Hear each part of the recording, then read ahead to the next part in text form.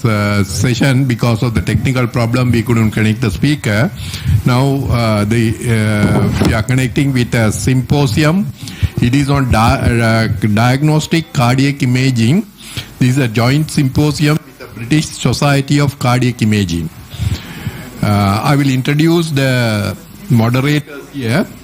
I am Dr. Santharaj. With me, there is Dr. Prakash Priyadarshan, with a special interest in imaging. Dr. BMF Rahman, consultant cardiologist, and also Dr. Vasantha Kapowatha again, who is interested in imaging in cardiology. So cardiac problems. So we'll start with the first lecture. Dr. Vasantha Kapowatha will introduce the speaker.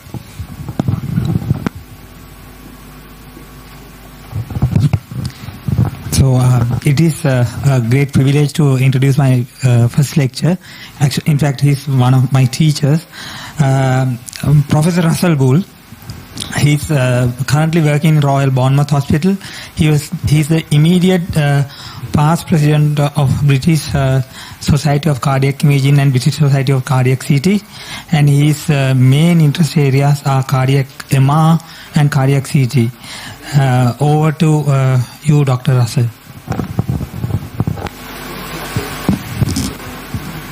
Well, good afternoon, everyone. I'm Russell Bull.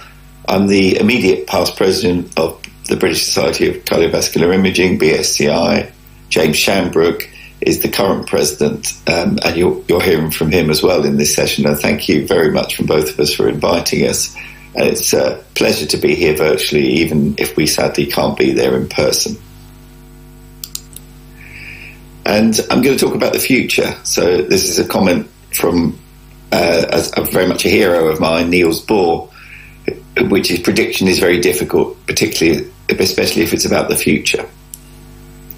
So I'm going to focus on the future of cardiac CT in the UK, because that's what I know, but all of the issues that I raise are applicable worldwide, including to Sri Lanka.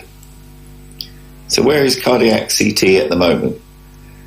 Well, it's the most accurate test to confirm or exclude coronary artery disease, and it's the only non-invasive test that can assess coronary plaque. And interestingly, is the only cardiac imaging test that's really demonstrated a mortality benefit, which is Scott Hart.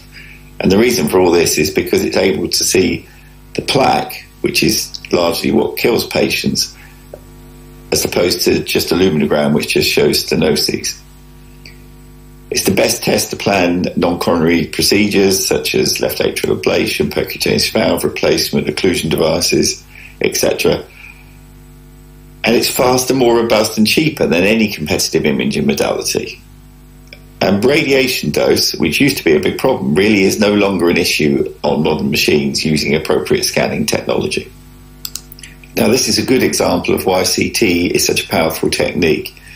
This is a mixed plaque within the proximal LAD, which is causing not a flow-limiting stenosis. It's only 25 to 50%.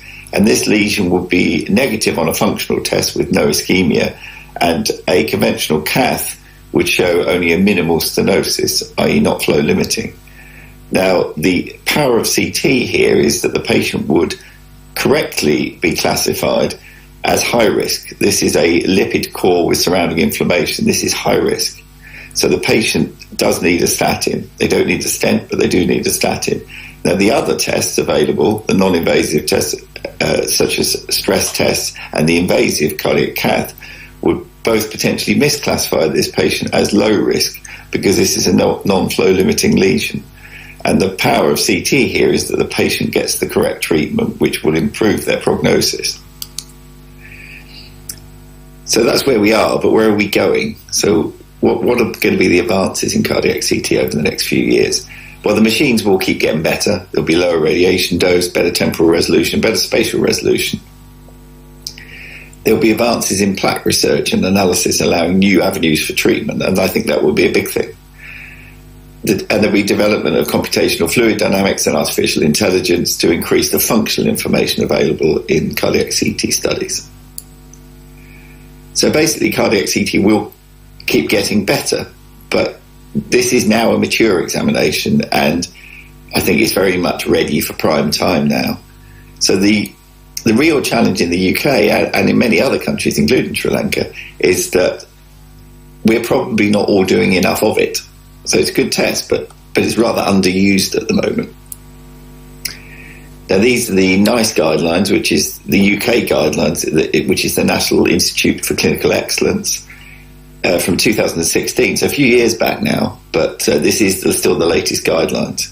That cardiac CT, certainly in the UK, is recommended, based on the evidence, as the first-line test in the UK for all suspected cases of stable angina. So, chest pain of recent onset, you should have risk stratification, or is no longer recommended.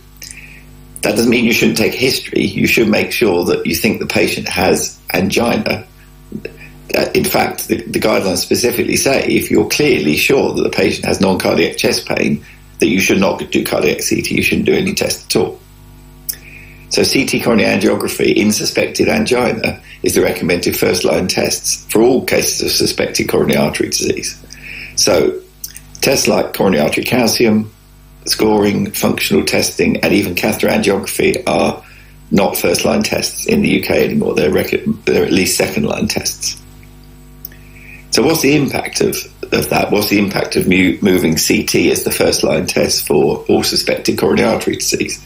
Well, you very much move CT coronary angiography from a niche examination to a mainstream test, which has a huge impact on CT scanning, on the number of CTs you do. It means in the UK that an average large general hospital, that's someone probably with about 700 beds, should be scanning more than 2,500 cardiac CTs per year, which is a lot of patients. And that means that all but the smallest hospitals have now got the justification for a low-dose, high-throughput cardiac optimized machine. This is not just any CT machine that you happen to be able to do a bit of cardiac on. When you're doing these numbers, I think you very much need a dedicated machine where you can do very high-quality images and you can do it very fast at low radiation dose. The problem with this is a huge organizational challenge. So this is the current high-volume cardiac CT regions of the UK. This is a centre doing more than 40 cardiac CTs per month. That's the definition of high volume. And this is very much courtesy to Giles Raditi, who was the BSCI president before me. He did an enormous amount of work collecting this data. So these basically good. If you're a high volume centre, you're green. If you're a very low volume centre, you're red. So red is bad and green is good, and there's very, very large amounts of red on this. There's only a very small amount of green. So basically the UK is not doing terribly well here. And this is the increase in cardiac CT capacity required to meet the current NICE guidelines. And the UK already does a lot of CT compared with most places in the world, but we're still way behind what we think we should be doing. So basically, if you don't have to increase your capacity much, then that's green. If you're doing pretty well, and if you're doing really badly, then you're red. And if you're in between, you're amber. Now, there's a lot of amber and a lot of red, and there's the only green bit you can see there is the Outer Hebrides in Scotland. The reason they don't need to do any more cardiac CT is because they don't do it in the moment, and there's no plans to do it in the future. So that's not really green. They're just going to stay as they are, not doing it. So this is disruptive technology, like the iPad, and people don't like disruptive technology. And this is a comment from 2010, which doesn't seem that long ago to me, but actually it's obviously a while ago now. And this was when the iPad was released, and it says, finally, Apple, this was a commentary at the time from actually quite a respected author, saying, finally, Apple went too far, and the emperor is totally naked for all of us to see. Ridiculous product, absolutely, completely ridiculous. And the prediction was this will be a total flop, and no one wants this product. Well, it just kind of shows how wrong you can be. So can the NHS cope with this change? Well, it doesn't have a brilliant track record when it comes to this kind of thing. This is a report from 2013 on a 10-year project that happened in the first decade of the 21st century, which was an NHS IT project to connect all the hospitals in the country and it didn't really succeed. And there's a concept from business called the strategic inflection point. And what is that? Well, it's the time in the life of a business where the fundamentals of that business change, and it's an opportunity to either rise to new heights, or if you don't embrace the opportunities provided by that change, it's also the beginning of the end, potentially. And just to illustrate this, there's a company called Kodak that was a household name and now isn't anymore. Now, the problem they had was that their whole business was built on film, both X-ray and conventional. You can see on the left, there were loads of photos being taken all over the world, which gradually increased from the 30s up to 2000. But all those photos were taken on film. Now, in 2000, digital was invented. Kodak did not embrace the digital technology, carried on using film because that was what made them the money. They didn't embrace the new technology. The strategic inflection point happened, but it passed them by, essentially. And you can see the images on the right show that their share price and, in fact, the value of the whole company plummeted. They carried on for a couple of years, but then the whole thing crashed because they didn't embrace the new change and they didn't change their business model. So the NHS, the National Health Service, traditionally is a late adopter of disruptive technology. And this is a headline from a few years ago, but saying that the NHS this is still true, sadly. The NHS is the world's biggest fax machine buyer due to stubborn resistance in new technology. And we still use a lot of fax machines, which is kind of embarrassing. Is the NHS able to adapt to cardiac CT, which is disruptive technology? It's a different way of doing things at the expense of cardiac cath, because some of this is going to be at the expense of diagnostic catheter. That's the hard truth. Or will it be another Kodak? So most people don't like change. I don't think anyone really likes change. And to be fair, cath lab staff and some cardiologists are no different. And certainly for the NHS is a huge consensus organisation. They like to do everything by agreement. Now, that's served us pretty well in the past because we have ended up with stable, high-quality universal healthcare at relatively low cost. And I suspect there's parallels in the Sri Lankan system, which is also a public-provided system. But the problem is the NHS is so large that if you have a very much consensus-based system, which changes very slowly, you can't react to something that's very disruptive because you will inherently react slowly to it. So large organisations generally don't like change, and the NHS is extremely large. These are the largest organisations in the world based on how many people they employ. And the NHS is down there at number 5 after McDonald's, Walmart, the People's Liberation Army of China and the US Department of Defence. So it's pretty enormous. We're employing 1.7 million people. So what major barriers are there to introducing these disruptive changes, cardiac CT? Well, there's lack of scanning capacity. That's a big deal. And I know it's a big deal in Sri Lanka as well. Lack of trained radiographers to scan the patients, and lack of reporting capacity. And all of these things are true worldwide. So how do we address these things? Well, so the solutions to scanning capacity is you can buy more cardiac CT scanners. Now, our government is doing this, but they might be in sites where we wouldn't exactly choose. They might be in community scanning centres. That's a sort of separate story. But there are new scanners being bought, so that's a good thing. But that won't really solve the problem. I think the bigger thing we need to do is to optimise the scanning workflow so we can increase the throughput, not only on these new scanners that we buy, but we can use them on existing scanners. So we need to scan really fast and efficiently and well on these new scanners. So how do we optimise this? How do we optimise the workflow through cardiac CT so that we can scan the maximum number of patients in the best way possible? Well, we need to minimise the time the patient spends on the scanning table. It's not really a pleasant place to be for a patient. It's quite uncomfortable. It's quite bright, the lights. I mean, it's not a pleasant experience. The cannulas, it helps if they're inserted and removed in separate rooms outside the scanner in a much sort of calmer environment. Patients changed and ECG electrodes attached outside the scanner. That really helps throughput because you don't waste time on your very expensive scanner. You get it all sorted beforehand. And if you do need to give IV beta blockers administered on the table, and our experience is that you usually do, and most people's experience is, because you need to have rate control, You need to not take too long about it. If you're going to do it, you can do it within about 5 minutes. Now, this is the most cost-effective purchase in any CT department, certainly the most cost-effective one that we did at Bournemouth, which is a cannulation room. No, it's not much. It's not the most attractive room, but it's just a little room that used to be, I think, a storage cupboard. It used to be for equipment. And we put a little chair in there, and we've got we use it for cannulation, and we've got multiple rooms like this now in the department for CT and MRI, and it really increases the efficiencies of the scanner because we use these little rooms to put in the cannulas and take them out. It sounds simple, but it really works. So radiographic staffing. There is, I suspect this is the case in Sri Lanka too, because it is everywhere, but there's a huge national shortage in the UK of CT radiographers, which the Americans call technologists. I think you tend to use the term radiographers like us. Initiatives to train more radiographers are essential and will provide incremental benefits. So clearly we need to train the radiographers. We need to train more of them, and we need to train them better. The demand for cardiac CT scanning, though, unfortunately, will be so that this will not be enough. So just training more and more radiographers and training them better will not be enough. But we need to do that, but it won't be enough. The technology needs to help us out here with the scanning process to make it easier and faster. And this inevitably will mean increased scanner automation, and that's also highly disruptive. So how do we train the radiographers?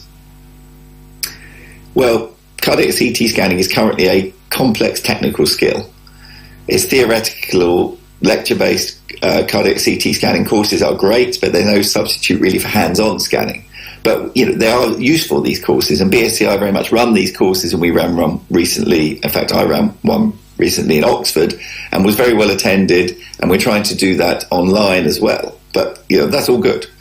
The training takes time, and it's a challenge to expose each individual to all possible clinical scenarios. See, the point is the lecture-based stuff just does not provide enough hands-on exposure to real-world clinical scanning scenarios. So you do, at the moment, have to do this hands-on scanning as well as the theoretical training. So the question is, can AI help us out here by simulating the hands-on scanning experience using multiple scenarios without actually having to scan the patients?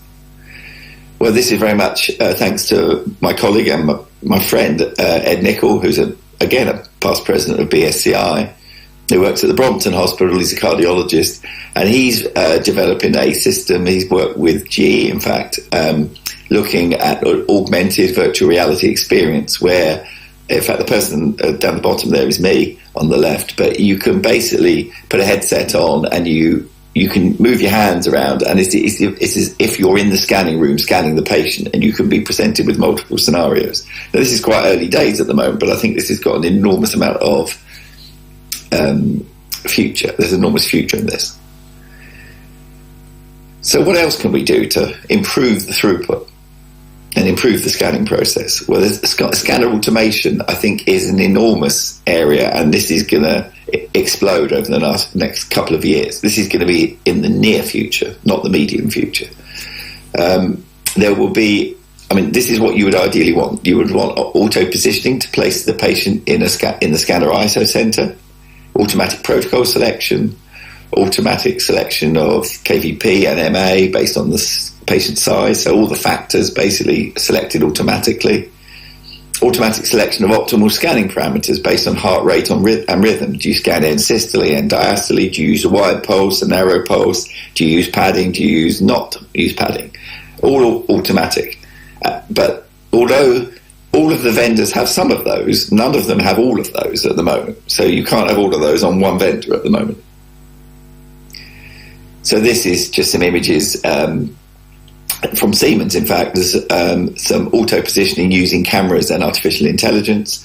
The cameras technology can look at the patient. They know roughly the size of them.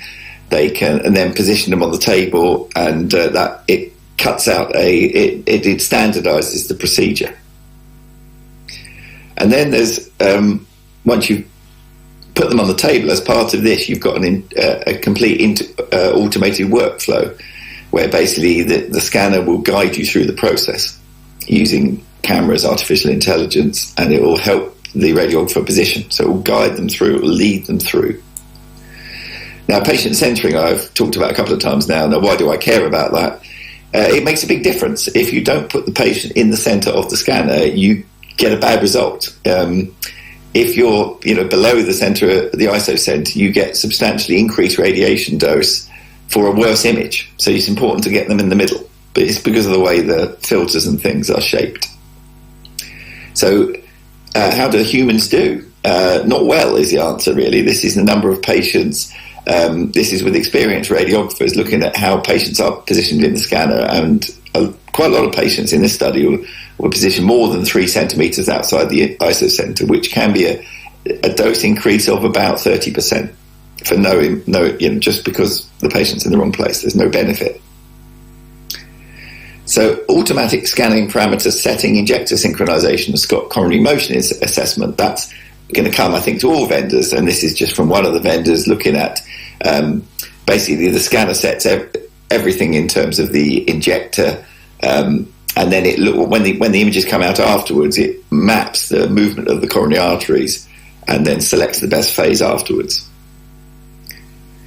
So there's lots of little bits of this jigsaw in terms of scanner automation at the moment, but there's no one vendor where it's actually all together at the moment, where there is one package. But I think this will come, and this will come for all of the big vendors very soon. So my predictions for the cardiac CT scanner of 2025, which is not that long off, is that the automatic patient positioning, centering and setting of exposure based on patient size and weight will happen. All cardiac-related CT factors will be set automatically, scan range, pulse selection, padding based on heart rate and rhythm. Most cardiac CT scanners will be single heartbeat, I think, making automated protocol selection much simpler. And once the protocol is chosen, the pump automatically set to deliver the appropriate volume of contrast at the appropriate rate. And then after you've done all that automation and the patient's been scanned, then you'll get automated vessel analysis and segmentation, selecting the right phase, etc. Automated plaque analysis with plaque scores, hard and soft plaque, and also CT-FFR, which is a AI pressure estimating system. All of that in real time. So what does that leave the radiographer to do? Well, automation will inevitably reduce the requirement for multiple highly skilled operators. But it will require some highly skilled operators, just not quite as many as you do at the moment. But you're going to be scanning a lot more patients, so you're not going to make anyone unemployed. And one model would be to have super techs or super radiographers to oversee multiple scanners with radiographic assistants looking after the patients, putting them on the table, putting in cannulas. But fortunately, there is a shortage of radiographers, so there will still be plenty of work available, not only in CT, but also elsewhere. So this will not make anyone lose their jobs. The other part of the puzzle is we need to train more cardiac CT reporters, so more doctors. So imminent change to UK radiology and cardiology training coronary angiography to a level 2 standard, which is a reporting standard, will be mandatory for all radiologists and cardiologists in training. So catheter angiography will no longer, and is no longer, a core training requirement for cardiologists in the UK. It is not a mandatory requirement. And in the future, every radiologist and cardiologist should be capable to report a cardiac CT examination, which is quite a big change from where we are at the moment. So how do we train this huge number of people, this huge number of doctors? Well, residential so-called level 2 courses are nice, and I've been on one myself, but they are too expensive, and they do not have the capacity to train this number of people. Local training programs, I think, should be developed for trainees and consultants, which will have to be supplemented by online training material. And BSCI, and in fact all of us doing cardiac CT, need to be leading on providing a cardiac CT service in all radiology and cardiology departments, and to facilitate training as well as service delivery. Because if you don't provide the service, you can't train anyone. This will require some job plan changes and some tolerance from clinical directors and chairmen when the reporters essentially might report 9 cardiac CTs in a session.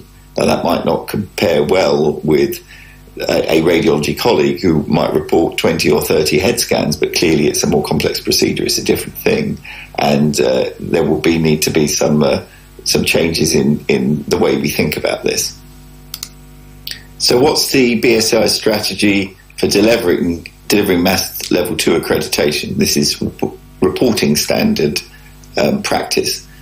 Well, during the pandemic, as a society, we focused on accumulating enough online lecture material to cover the didactic lecture requirements for level 2. This is for all level 2s, not just the one that we offer.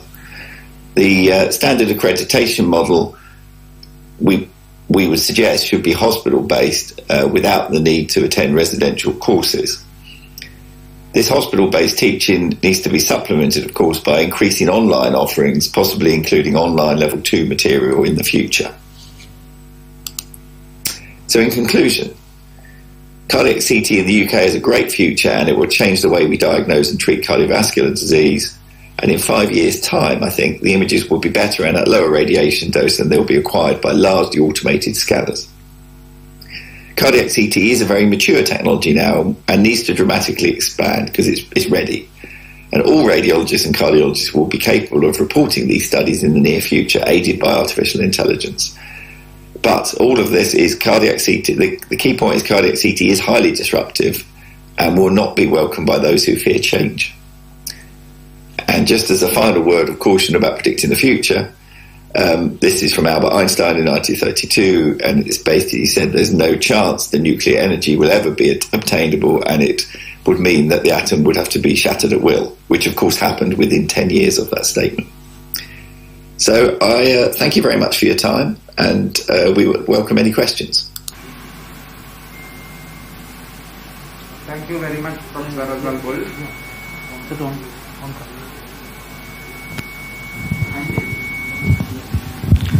Thank you very much, Professor Razal Bull. Actually, you gave a good account in cardiac CT. So mainly you talk about the basic how to do the cardiac CT. So thank you very much. I take this opportunity to extend our gratitude on behalf of Sri Lankan College of Cardiology. So we will come back to you during the panel session. So I'll call Prakash Priyadarshan to introduce the second lecturer. Thank you. We have an interesting lecture now.